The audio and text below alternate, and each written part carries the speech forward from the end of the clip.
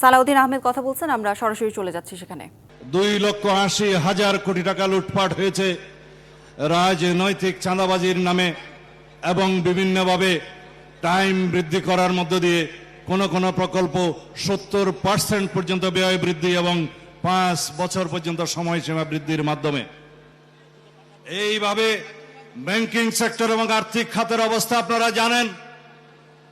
যেই প্রক্রিয়ার মধ্য দিয়ে রাজনৈতিক বিবেচনায় বাংলাদেশে লোনের একটি সংস্কৃতি গড়ে উঠেছিল, সেই রাজনৈতিক বিবেচনায় যে ঋণ প্রদান করা হয়েছে, শ্বেতপত্রে বলা হয়েছে সেই ঋণের পরিমাণ দিয়ে 24টি পদ্মা সেতু নির্মাণ করা যেত।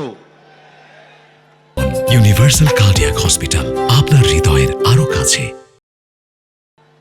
একটা পদ্মা সেতু নির্মিত হয়েছে, আপনারা জানেন সেটা 10,000 কোটি টাকার প্রকল্প কিভাবে 40,000 কোটি টাকায় সমাপ্ত হয়েছে।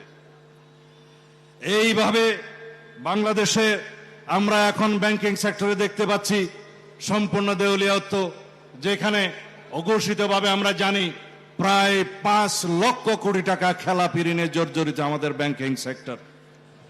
এই হচ্ছে শুধুমাত্র বাংলাদেশের আর্থিক ব্যবস্থা লুটপাটের ইতিহাস, বাংলাদেশে আওয়ামী লীগের ইতিহাস, সর্বসময়ের জন্য লুটপাট আর সন্ত্রাসের ইতিহাস, বাংলাদেশে আওয়ামী লীগের ইতিহাস, গণতন্ত্র হত্যার ইতিহাস। এই দেশে লুটপাট এবং সন্ত্রাসের মধ্য দিয়ে, গণতন্ত্র হত্যার মধ্য দিয়ে বাংলাদেশে একটি গণতন্ত্রবিহীন করদ্রাজ্যে পরিণত করার ইতিহাস এই আওয়ামী লীগের ইতিহাস। আমরা যেন সেটা কখনো বিস্মৃত না হয়ে যাই।